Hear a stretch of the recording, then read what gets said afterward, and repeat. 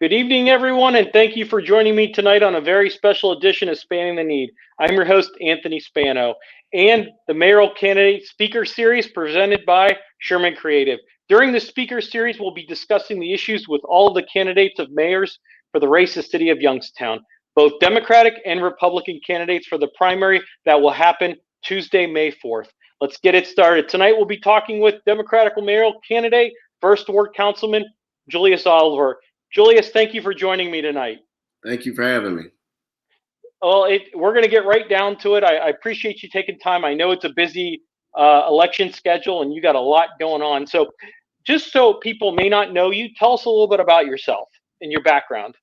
Well, my name is Julius Oliver. I'm First Ward City Councilman. I'm currently an entrepreneur, business owner on Kingley Auto Sales and Kingley Hand Wash and Wax, as well as Kingley Express. Got into detailing after I was laid off as a steel worker from commercial metal forming. Served 6 years in the Army. Classification last before I left was an E4, so corporal or PFC. Went to school, went to YSU for social work. Then I transferred into business. Then I, ended up in sociology, basically because I wanted to get a better understanding of people and how they work and, why they make the decisions they make in their environment. So I've been all over the world. I've been sent to Israel. I've been sent to Taiwan. I've been sent to Germany. I'm a licensed minister, chaplain in the Army. MOS in the Army was carpenter masonry engineer.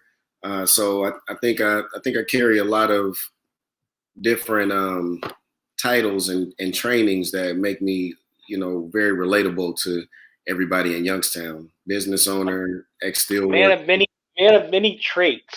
Right. So I've learned a lot through life. So I'm married. Expected to have my first child April 15th, a little boy. So I'm very happy about that. And I've also invested heavily into the city south side. Me and my wife are currently building a home on the south side of Youngstown.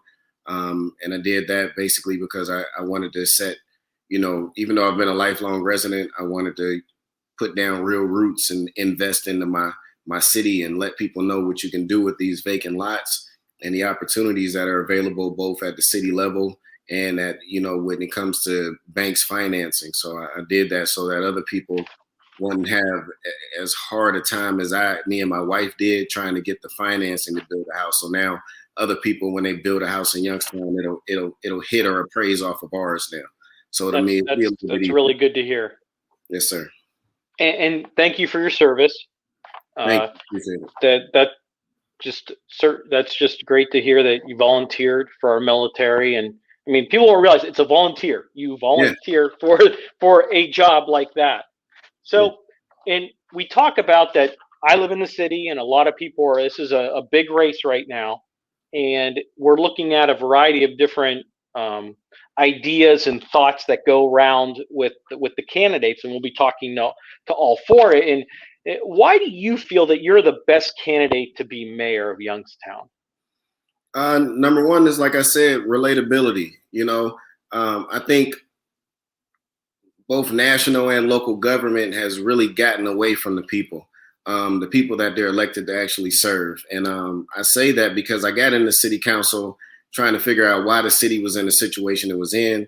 I didn't believe it needed to be in that situation. And I was trying to figure out what keeps Youngstown in this situation.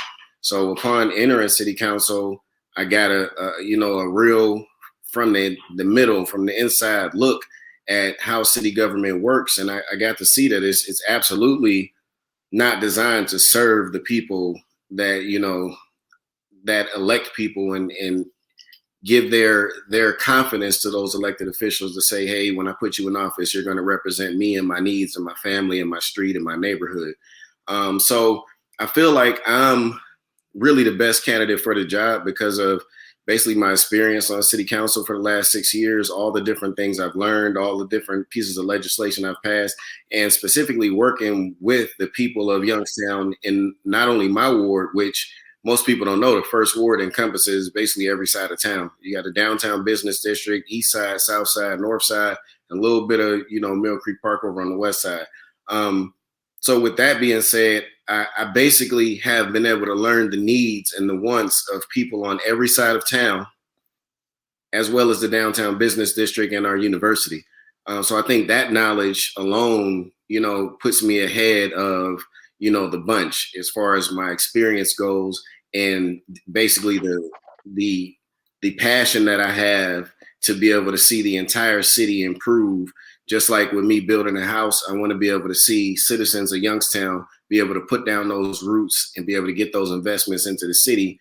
And that's based off of not only my own passion, but the things I've learned on how to do it. And I want to be able to, drive that home into the citizens.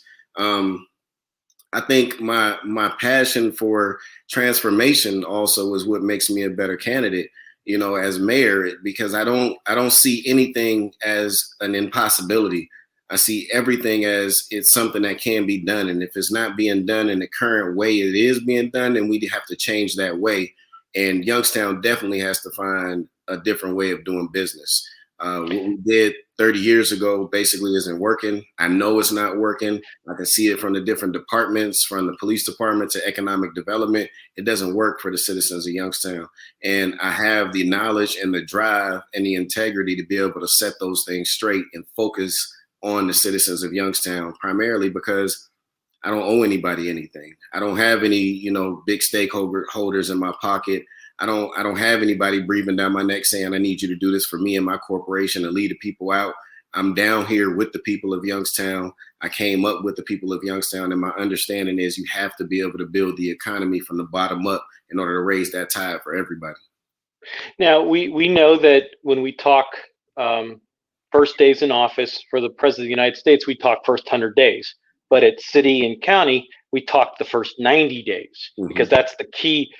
So what are your plans for so the first 90 days are the most important, okay? What are your plans for the first 90 days if elected? If elected, I think my plans for the first 30 days is basically to get in office, hit the ground running with my plan, with my platform. I don't know if you've seen my platform on my website. It's very comprehensive. It's very easy to read and understandable. First thing I do is start to structure that city government to focus on the people of Youngstown, which means getting additional training for those staff that are already in place, as well as placing my particular staff that I'll choose to be in those cabinet positions as department heads, getting training in place to be able to change the focus and the mindset of city employees that may have been doing their job for so long that they kind of lost the empathy for the people that they serve. You know what I mean? So that's what I see a lot when, we're dealing with people calling into the city and everything, is just refocusing the city departments on the people of Youngstown. Secondly, what I would do is get jumping on economic development, focusing on entrepreneurs, supporting and uplifting that business structure that's so important to Youngstown, pulling in and putting Youngstown on that broadcast level to say, hey, come here, focus your business here. We have space for you. We have buildings for you. We have the infrastructure you need. You know what I mean? And really supporting our local entrepreneurs to be able to move around and make Youngstown city government a lot more manageable and easy to deal with than it has been in the past for not only just entrepreneurs, but for even, bigger corporations and companies that may want to come in and relocate here.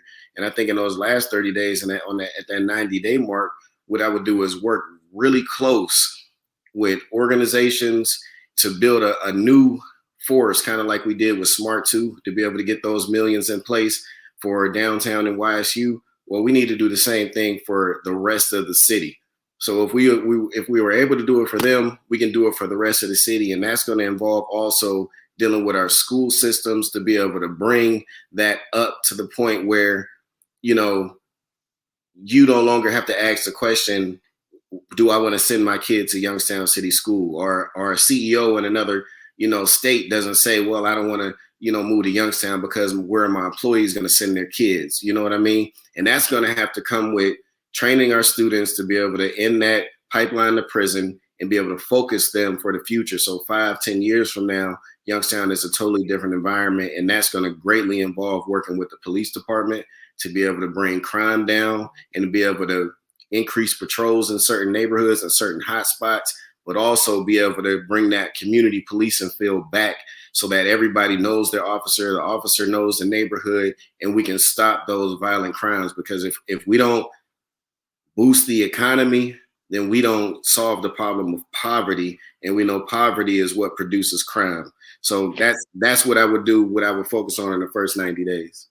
And you elaborated on something that kind of the economy. You talk about the poverty and the jobs. How would you create a vibrant economy in our area or in the city? Because as you know, jobs have left the city, and so how do you do a vibrant economy in our city? Well, one of the things I've been focusing on since I've been on city council is dealing with the Tax Incentive Review Council, and what that is the committee that's formed to be able to say, basically, if you move into the city and bring your business here and we give you tax abatements or incentives or whatever it is in our economic development toolbox, which greatly needs to be increased to have more tools to be able to offer businesses. Basically, what we say is you need to be able to hire this many people from Youngstown, Ohio, to be able to bring that economy up. We need jobs. And basically what's been happening for decades, literally for decades, even with my opponent being on this committee before and never doing anything about this. Nobody's done anything about it literally for decades. What I would do is hold those companies' feet to the fire with a better contract that says you must hire people within the city of Youngstown, or you do not get these incentives, these programs. And if you can't hire people within the city of Youngstown, because whatever reason you come up with, well, those tax savings have to go somewhere else, whether it's supporting the school system, whether it's going into the roads, whether it's going into infrastructure and safer neighborhoods. And by doing that, you build a better economy. But also, one of the biggest complaints I hear from my business district downtown is that the tax base is just too high. So it's like, we get companies moving out of Youngstown all the time because the tax base is too high. And when they move out of Youngstown, what it essentially does is it gives their employees a raise. You know what I mean? So what I want to do, almost a 3%, if you say nearly a 3% raise at 2.75. 2.75 now. So, what I want to do is be able to go back to those companies that once existed in Youngstown that are in the suburbs right now and say, hey, what would it take to bring you back to Youngstown?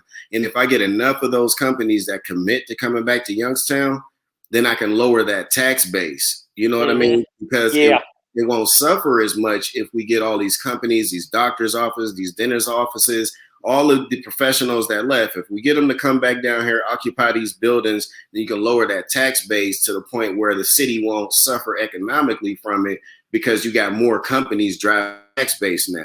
So that's another thing we have to do. We have to do, and my team is already in the process of making that happen. So those are two of the things that I would do. But ultimately, you have to be able to empower our local entrepreneurs. A lot of companies in Youngstown and in the suburbs were started by Youngstown families who grew and became bigger. You know what I mean? They outgrew the city. So what we want to do is bring them back to the city and also start other companies that are going to be able to come in, have the support of the city, and grow to be just as large and be able to hire and employ people in our city.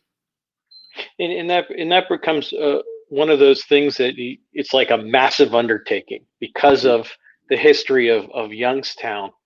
And we talk about we briefly touched about the first 90 days, and then you brushed about the economy. And I think one thing I always like to ask is, first day on the job, is there anything you would change immediately on your first day? Like you walk in and like, this is going to be the very first thing that I'm going to do on the first day.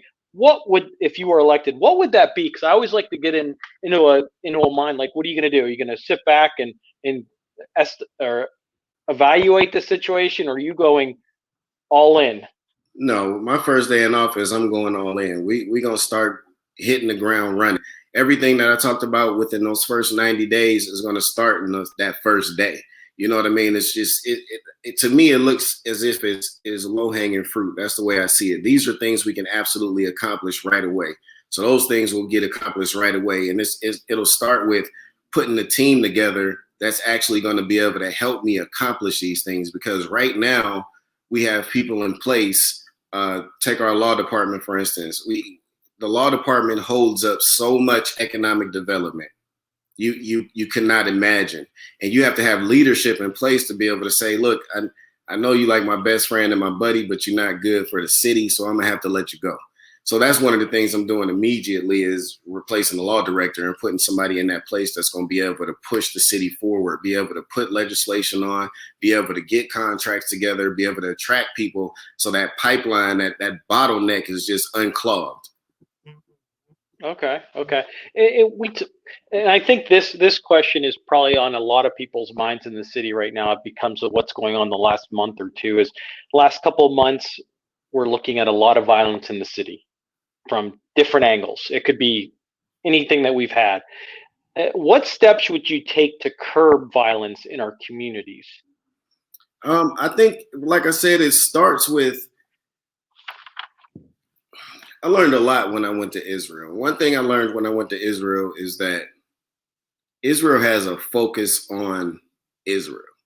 From elementary school to the time their kids are teenagers and join the military, to when they get out of the military and they start to become professionals and entrepreneurs, their whole focus is Israel. How do we make Israel a better country? How do we make Israel a better state?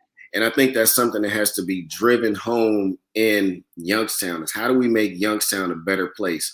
And for so long, our citizens have felt so disenfranchised and so separated from the process that they just feel like the city doesn't care about me. I can't get a job. There's nowhere for me to shop. I can't get, groceries. My neighborhood looks like crap. So one of the first things you got to do is instill that city pride back into people to be able to say, this is your home and this is how you take care of your home. If you own your home, it's a totally different aspect of thinking. I own this. This is mine. I'm going to keep my grass cut. I'm gonna keep my house painted. I'm gonna do the maintenance I need. I'm gonna take care of it, basically. It's gonna be clean and look good. Right, because it's mine. And I think that's one of the things that has to be driven back into the city. So what I would do is put a campaign out there that basically says, look, this is your city. You own the city. Now help me bring it back to the point where we all can thrive in it together. And to do that, what I'm gonna need you to do is take care of your street, your home, your neighborhood, and your neighbors. Make it a community again. Start to love each other. And to do that, they're going to have to be able to feel that support and love from the city administration to say, we with you on this. You can sit right in the seat with us to make this happen. And from there, you take it to an economic standpoint to say, this is how we're going to help support you and lift you out of poverty. And that's not going to be able to happen without you understanding that you have a part to play in this process as this being your home. So think of you as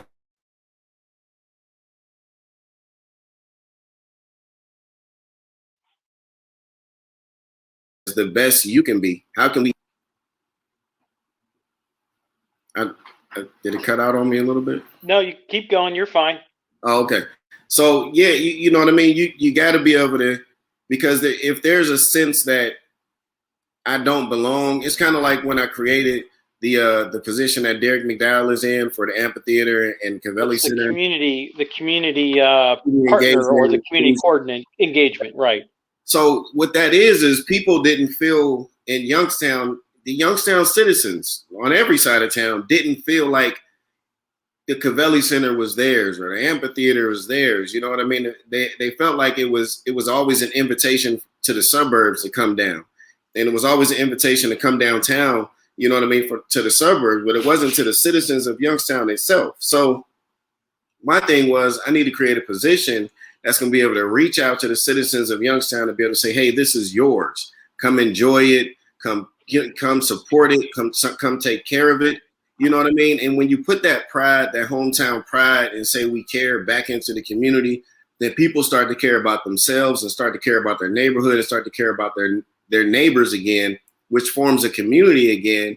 And then you automatically lower crime a little bit there because you start to get rid of the whole broken window theory.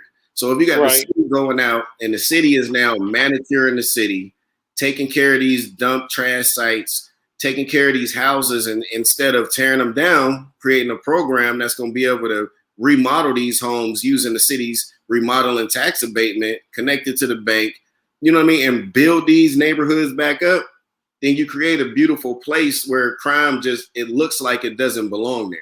Right now, the city of Youngstown looks like you're supposed to commit some crimes. You know what I mean? That's what the whole broken window theory is about. And we want to be able to eliminate that. Yeah, but I think that's a great point that you talk about, is because when people have that thought process that you just gave, it's hard to attract business. It is. And I think that the thing is, if someone came to you with a proposal to build a new project or business in a city, who would you entrust to evaluate whether that project is worth implementing with the resources? That's why I'm going to need a strong economic development, because I think that's one thing that people don't understand either. It's the administration's job to be able to vet developers that come in and make sure we don't have chill cans all over the city. You know what I mean? So I think it takes a strong economic development department. It takes a strong law department to be able to look at those pieces and be able to gauge whether or not this is a real thing. Like, take, for instance, 20 Federal, the program for 20 Federal Place. It looks great on paper, but you got to ask yourself, is it real, or is it just because it's election time? You know what I mean? So we can have a developer come in and buy that building and literally just sit on it. But right now we got a plan in place to be able to sell this building, develop it with opportunity zone benefits. But at the same time, right now, the small businesses that are in 20 Federal Place are getting eviction notices. And that's after and during COVID. So you got to be able to see through things and have a team that's able to see through things and say, hey, is this really real? And vet it out all the way down to the bottom level and say, what's the bottom line? And now that we know that this is real and this is something that's going to be beneficial for the city, now we can move forward with it. But you really can't even do that if you don't involve the citizens that are going to take place or patronize that business. You know what I mean? So right. It has to be an all-encompassing plan to be able to move things forward. You can't continue to plan the city out without the citizens, and that's what's happening. Well, I think you just answered part of my next question is there a plan to attract new business to the city? If so, can you share it with our audience? I know you've mentioned a little bit, but if you could give us just a couple more bullet points, if there's anything additional you'd like to add about that. Well, I'd say this. When I go and I travel and I do these seminars with National League of Cities and all these other trainings that I've been around the country doing, there's always businesses and economic development set up there for people to be able to take back to their city, right? For instance, and this is the reason why I'm saying this is because this is not only what I've been doing, but what I plan on doing. So let's talk about the east side for a minute. McGuffey Plaza, still barren. It looks horrible. You got the projects over here. You got the projects over here. And what happened was decades ago, somebody put a plan together to build all this low income housing on the east side. And what that did is basically choked McGuffey Plaza out because the base wasn't there anymore to be able to sustain that plaza. So what happens now? Now you got crime, you got poverty, and you need a solution for it. So I brought a solution back from Watts, from LA, from Watts. It was called the Jordan Down Projects. A guy named Vince was the developer. So what he did was in Jordan Down Projects, it was like the highest crime area in Watts, okay? What they did is they put together a plan with the federal government, the housing authority, state, and local funds, and they rebuilt the projects into 5-star condominiums.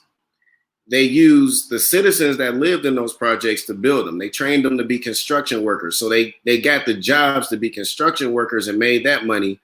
They built their own houses, which means it brought a new level of pride to them, right? Because they built it. So they built them so well that the citizens thought they're not going to let us live in this. This is gentrification. They're going to kick us out of here, right? They then allowed them, like they promised, to live in those 5-star condominiums. They then used those job construction skills to build all the retail around these 5-star condominiums, right? Then they put them through training to be able to lose their public housing mindset and give them job skills to be able for job retention and being able to, do a resume and keep a job, right? Now there's virtually no crime. Interesting. I brought this same project back and I gave it to this current administration and I said, this guy is willing to come to Youngstown and do the same thing. It brought grocery stores. It brought retail for shopping, for clothing. It brought electronic stores. It brought everything they needed. And then those same people got those jobs in the retail stores. He was going to bring the same project to Youngstown, Ohio, and put it on the east side. This administration never even called him back. We did a presentation with the law department, finance department, economic development, never even called them back. I say that to say this. The same thing I've been trying to do for years on city council is the same thing I plan on doing for the future, is using those connections that I've been able to make all over the country, all over the world, and be able to bring them back to Youngstown and say, hey, this is Youngstown, come and set up here. That plan involves what I did a couple years ago, which is put together 14 different marketing pieces that we were to send out across the country to invite people to come and set up shop in Youngstown, Ohio. Kind of like what Pittsburgh did with Google. You know what I mean? The same exact thing. But guess what? Those videos never went out. We spent we spent $14,000 on those videos, and nobody's ever even seen them. That's not a good thing when you spend money and it drops with the wayside. It's not like okay, I get what you mean. That's why we talk leadership in place. I get what you mean, and I think this comes as what challenges are paramount for you and your administration when you take office, because you've just been talking about some issues that you've had, and so what challenges does that look like? The challenges is getting over the stigma of Youngstown, Ohio, and being able to sell Youngstown, Ohio to not only its residents but to outsiders and say, Youngstown isn't what you read about it.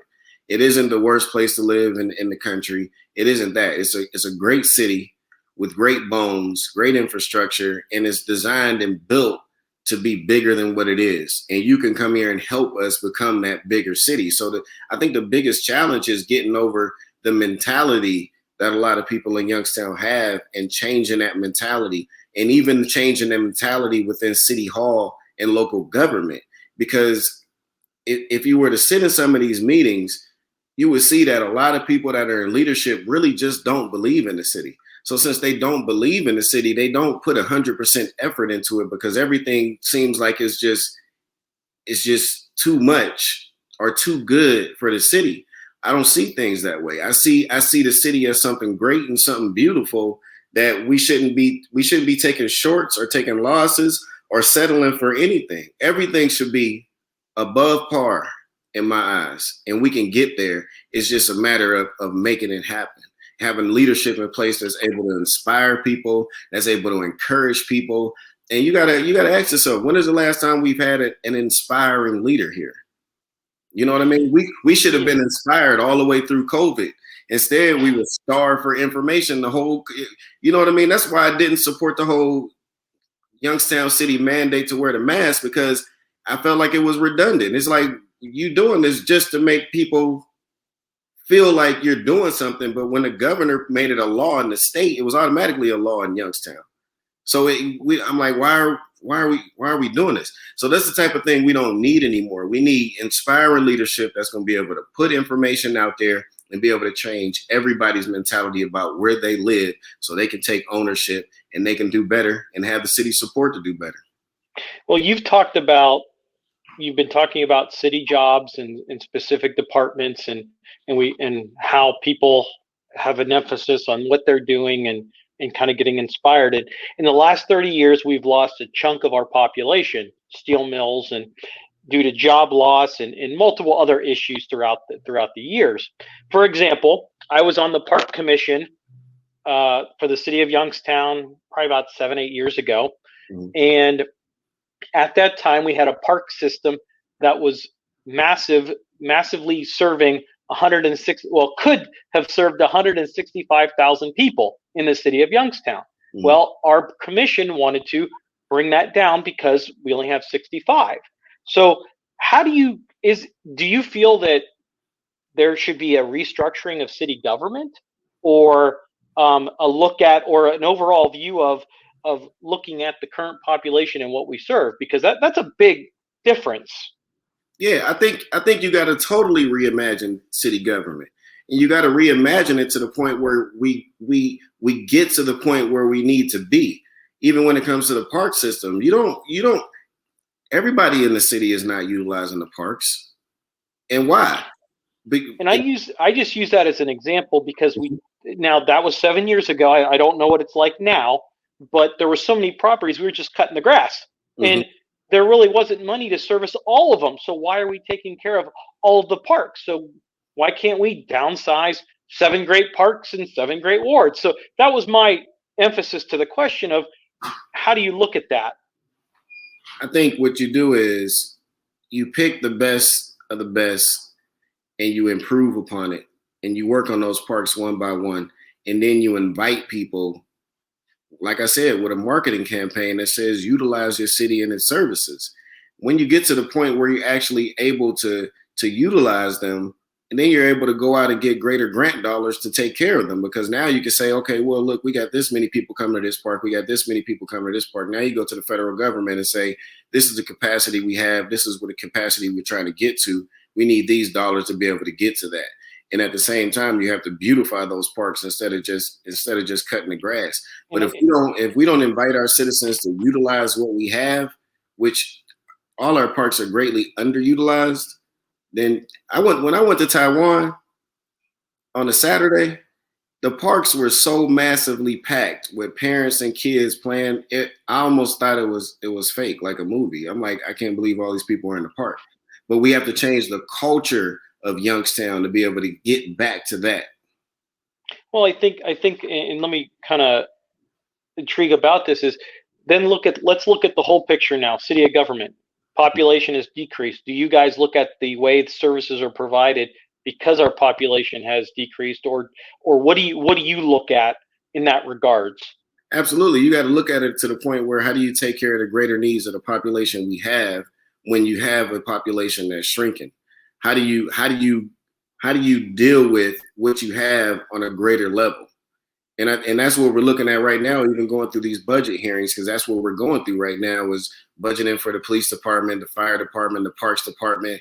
And it's the budgeting is to the point where who are you going to serve, or who's going to be how are we going to utilize these dollars in the most efficient manner for the people that we have?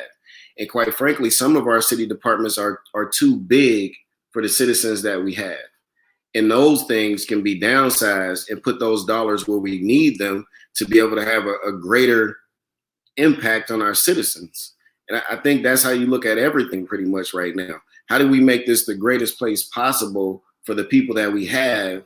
And at the same time, plan for the future to have more people come here. Because as people vacate all these larger cities, Youngstown should have a billboard up saying, hey, come here, come set up shop here. We got all of these parks, we got all of this land, we got all these things we're doing. Come set up here so that we can greater utilize these things and not concentrate on always shrinking, but concentrate on how we can do better for the citizens we have, at the same time plan to build. I totally agree, and I appreciate you taking time out of your day, Julius. I'll give you the last word on closing statement. Tell people where your website is, how do they get a hold of you, and just kind of a last word on this. You can get a hold of me and check out my platform at juliusoliver.com.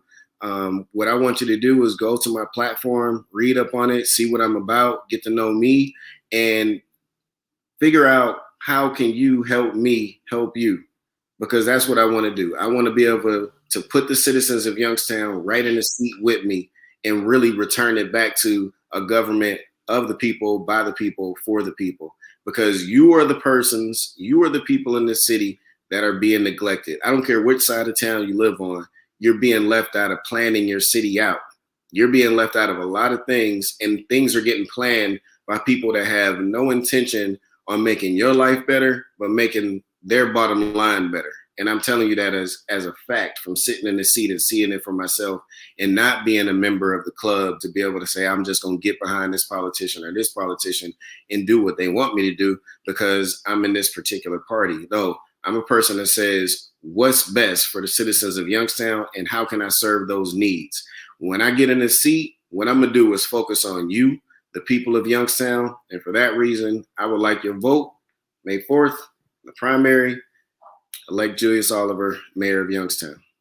Julius, thank you. At the end of everything, I'd like to go through some fun questions real quick. I know we don't have much time here, but let's get to these fun questions real quick. So I have 5 questions. And there's no right or wrong answer, personal or professional. It doesn't really matter. So best accomplishment. Best accomplishment, I think, is marrying my wife. I wanted her in high school. She said I was too short at the time.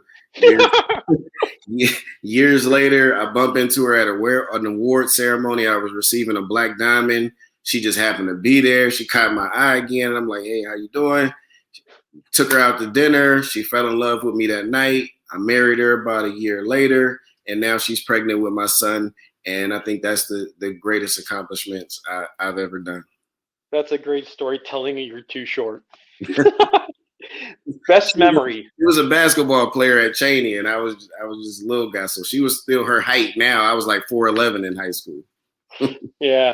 Best memory. Best memory. I think my best memory will probably be the day I graduated from basic training. Because it was something that seemed, I've never been an athlete. I wasn't into sports. I wasn't like in shape or none of that kind of stuff, but I went to the Army. They pushed me to be the best I could be. I became like platoon leader. I got all kind of awards. I'm a sharpshooter. You know what I mean? I accomplished things that I never thought I could accomplish in my life. And that's why I see things as never being impossible now.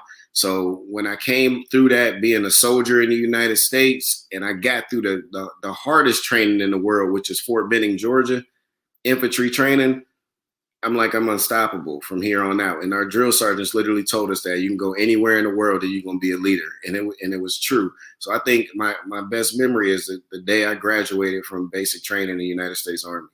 I mean, if you've watched videos like I have on Fort, the one it's right outside of Atlanta. Mm-hmm. It's tough training, and they'll push you to the limit. Yeah, even your best ain't your best in the Army. Yep. So, best experience. Best experience was probably going to Israel and being able to walk the Via Dolorosa, in the same steps and the same path that Christ walked, and he was carrying that cross. It was such an emotional and spiritual thing. It's something I would never forget. It's an experience I'll treasure, just being in the Holy Land and seeing the history of Rome and all the other occupying, countries that have been there, and just seeing how resilient and how if you just put support behind people, how they just grow. I think Israel was probably one of my best experiences. Who's your role model? My role model is a man, my uncle, actually. His name is Bishop Roderick Hennings. He grew up, born and raised in Youngstown, Ohio. Now he's a bishop of Zion Dominion Church in Amherst, New York. As soon as I found out he was my uncle, I didn't know my mother had a brother until I was like in my teenage years. And I didn't really have a good relationship with my father growing up. So he became my father figure, and he's an amazing man. We both in the cars. We both like transforming things. We're both passionate about building people and pulling out, all the potential a person has in them. And I learned that from him. I do the same now. And yeah, he's my role model. Okay. Last question. This one, take as long as you need to on thinking about this one. So if there was one person you would want to meet, past or present, who would it be and why? This is probably gonna sound crazy. Can I have 2 people? Yeah. So one past would be, Elijah the prophet in the Bible. I Okay. mean, he just had so much power and was always in touch with God and able to rain down fire from heaven. You know what I mean? And but at the same time, he was scared of a mortal woman named Jezebel to the point where he went and hid in a cave. And I just want to ask him, like, dude, you had like literally God on your side, and you went and hid from this lady in the cave because she was trying to kill you. When you could have just called on God, and then he came out of it at the same time. The reason why is because I think a lot of us go through that where we're so accomplished and we're able to achieve certain things, but then you run into a situation where it's like, even though I got all these accomplishments and this knowledge and this power behind me, I'm scared in this situation. This is scary to me. And I just would like to have a conversation with him to see how you got over that, because you had God on your side. So it wasn't a conversation with God. You had to realize something in yourself, and I want him to tell me what it was he realized in himself to be able to overcome that. The second one would be Jay-Z. Me and Jay-Z have very similar stories, very similar life experience, right down to being the youngest child and not giving our mothers any pain during birth. I would love to meet Jay-Z and have a conversation with him to see if our thinking is the same when it comes to escaping street life, turning your life around, becoming a multi-billionaire, you know what I mean? And just becoming a businessman that's able to be inspiring to so many people. So those are my two people. Okay. Julius, thank you for taking time out of your busy schedule. Everyone, thank you for joining us tonight on our speaker series presented by Sherman Creative. If you want to see more of our podcasts, especially our speaker series, you can go to anthonyvspano.com. Everyone, have a good night, stay safe, and God bless.